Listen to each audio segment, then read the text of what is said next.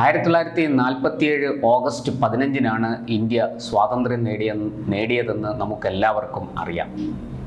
ബ്രിട്ടീഷുകാർ ഇന്ത്യ വിട്ടുപോകുമ്പോൾ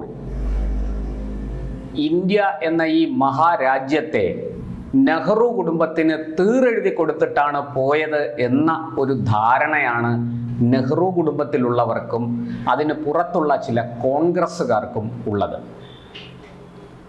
സത്യത്തിൽ അവരുടെ പല ചെയ്തികളും കാണുമ്പോൾ നമുക്കും സംശയം തോന്നുന്നു. ഈ ബ്രിട്ടീഷുകാർ ഈ മണ്ണ് വിടുമ്പോൾ ഈ മഹാരാജ്യത്തെ ഇങ്ങനെ നെഹ്റു കുടുംബത്തിന് തീറാധാരം എഴുതി കൊടുത്തിട്ട് പോയതാണോ എന്ന ഒരു സംശയം നമുക്കും ഉണ്ടാവും. സ്വാഭാവികമാണ്.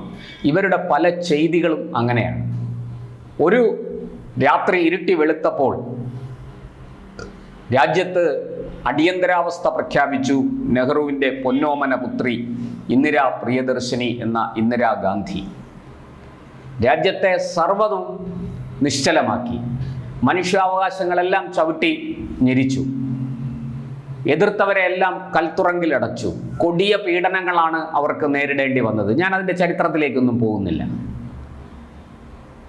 അങ്ങനെ നെഹ്റുവിൽ തുടങ്ങി. നെഹ്റു തന്നെ പ്രധാനമന്ത്രിയായിരുന്ന കാലത്ത് എത്ര പുസ്തകങ്ങൾ നിരോധിച്ചു, എത്ര സിനിമകൾക്ക് ബാൻ ഏർപ്പെടുത്തി, ഉപരോധം ഏർപ്പെടുത്തി, എത്ര പേരെ അഭിപ്രായ സ്വാതന്ത്ര്യം ഹനിച്ചുകൊണ്ട് പിടിച്ചകത്താക്കി. ഭരണഘടനയിലെ അഭിപ്രായ സ്വാതന്ത്ര്യം എന്ന ആ ക്ലോസിന് മൂക്ക് കയറിട്ട് അതിനെ നശിപ്പിച്ചത് ജവഹർലാൽ നെഹ്റുവാണ്. എന്തായാലും ആ കാലമൊക്കെ മാറി.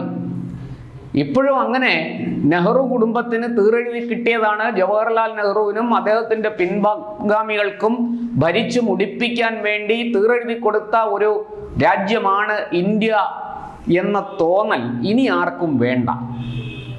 ഈ ഏറ്റവും ഒടുവിൽ ഡൽഹിയിലെ ഒരു കോടതിയാണ് ഇത് സംബന്ധിച്ച ഒരു നോട്ടീസ് അയച്ചിരിക്കുന്നത്. നെഹ്റു കുടുംബത്തിലെ ഇന്നത്തെ വളരെ പ്രധാനപ്പെട്ട ഒരു അംഗമാണ് സോണിയാഗാന്ധി. അവർക്കാണ് നോട്ടീസ് അയച്ചിരിക്കുന്നത്. പ്രശ്നം പൗരത്വം നേടും മുമ്പ് സോണിയ ഇന്ത്യയിലെ വോട്ടർ പട്ടികയിൽ ഇടം പിടിച്ചു എന്നുള്ളതാണ്. ഇത് ചൂണ്ടിക്കാട്ടി ഒരു ഹർജി ഡൽഹിയിലെ റൗസ് അവന്യൂ കോടതിയിൽ എത്തിയിട്ടുണ്ട്. ആ ഹർജിയിന്മേലാണ് കോടതി ഇപ്പോൾ സോണിയയ്ക്ക് നോട്ടീസ് അയച്ചിരിക്കുന്നത്. അതായത് 1983-ലാണ് സോണിയയ്ക്ക് ഇന്ത്യൻ പൗരത്വം കിട്ടുന്നത്. എന്നാൽ 1980-81 കാലത്തെ വോട്ടർ പട്ടികയിൽ സോണിയാഗാന്ധി ഇടം പിടിച്ചു എന്നതാണ് ഈ ഹർജിയിൽ ആരോപിക്കപ്പെടുന്നത്. എന്നു മാത്രമല്ല, ഈ നടപടി 1983-ൽ ഇന്ത്യൻ പൗരത്വം ലഭിക്കുന്നതിന് മുമ്പ് 1980-81 കാലത്ത് ഇന്ത്യയിലെ വോട്ടർ പട്ടികയിൽ ഇടം പിടിക്കുക എന്ന് പറയുന്നത്, സോണിയയുടെ പേര് വരിക എന്ന് പറയുന്നത് കടുത്ത നിയമലംഘനമാണ്. വോട്ടവകാശം ഇന്ത്യൻ പൗരന്മാർക്ക് മാത്രമുള്ളതാണ്. എന്നാൽ ഇന്ത്യൻ പൗരത്വമില്ലാത്ത ഒരാൾ വോട്ടർ പട്ടികയിൽ ഇടം പിടിക്കുക, ആൾ വോട്ട് ചെയ്തോ ഇല്ലയോ എന്നുള്ളത് മറ്റൊരു വിഷയം. പക്ഷെ അങ്ങനെ ഇടം പിടിച്ചിട്ടുണ്ടെങ്കിൽ അത് ഗുരുതരമായ കുറ്റകൃത്യമാണ് എന്നുള്ളത് തീർച്ചയാണ്. ഇവിടെ ഇപ്പോൾ ഇങ്ങനെ ഒരു ഹർജി ഡൽഹി റൗസ് അവന്യൂ കോടതിയിൽ എത്തിച്ചത് BJP നേതാവും അഭിഭാഷകനുമായ അശ്വനി ഉപാധ്യായയാണ്. അദ്ദേഹത്തിൻ്റെ ഹർജി പരിഗണിച്ച മജിസ്ട്രേറ്റ് ഹാർജിത് സിംഗ് ജസ്പാൽ ആണ് ഈ വിഷയത്തിൽ മറുപടി ആരാഞ്ഞുകൊണ്ട് സോണിയയ്ക്ക് നോട്ടീസ് അയച്ചിരിക്കുന്നത്. എന്തായാലും ജനുവരി 6-ന് ഹർജി വീണ്ടും പരിഗണിക്കും. അതിനുള്ളിൽ നോട്ടീസിന് മറുപടി കൊടുക്കണം.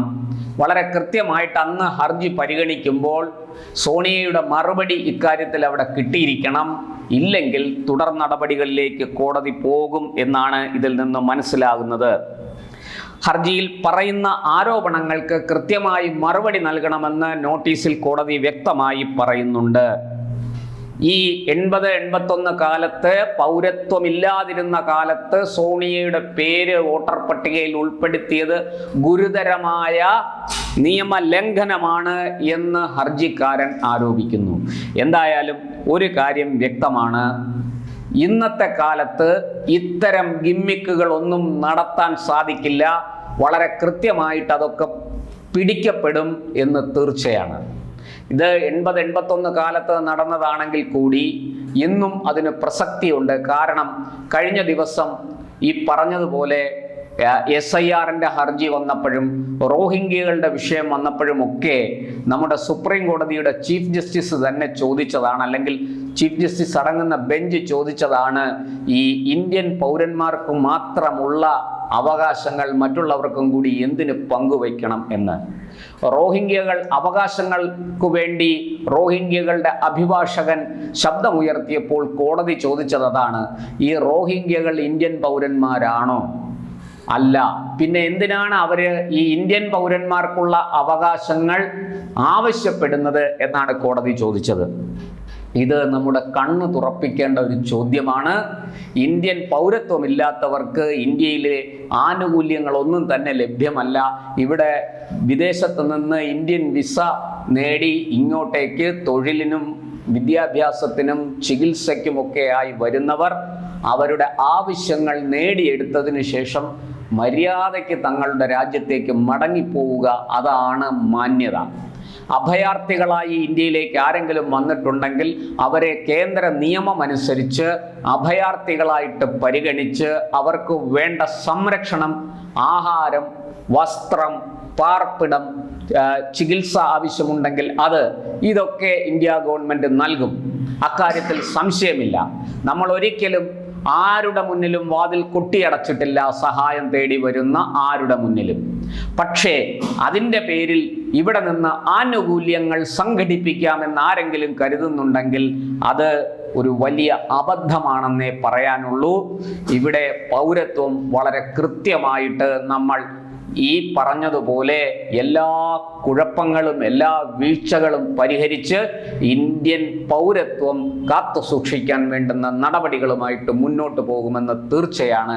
അതിനി സോണിയ ആയാലും ശരി, മറ്റാരാണെങ്കിലും ശരി, ഇക്കാര്യത്തിൽ ഒരു വിട്ടുവീഴ്ചയുമില്ല. കർശനമായ നടപടി ഉണ്ടാകും എന്ന് കേന്ദ്ര സർക്കാർ പലപ്പോഴായിട്ട് വ്യക്തമാക്കിയിട്ടുണ്ട്.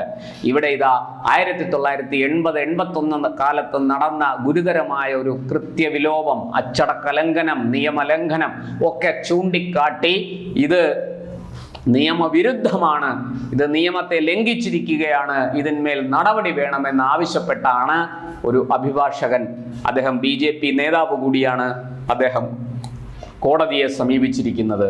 എന്തായാലും കോടതി നോട്ടീസ് അയച്ചിട്ടുണ്ട്.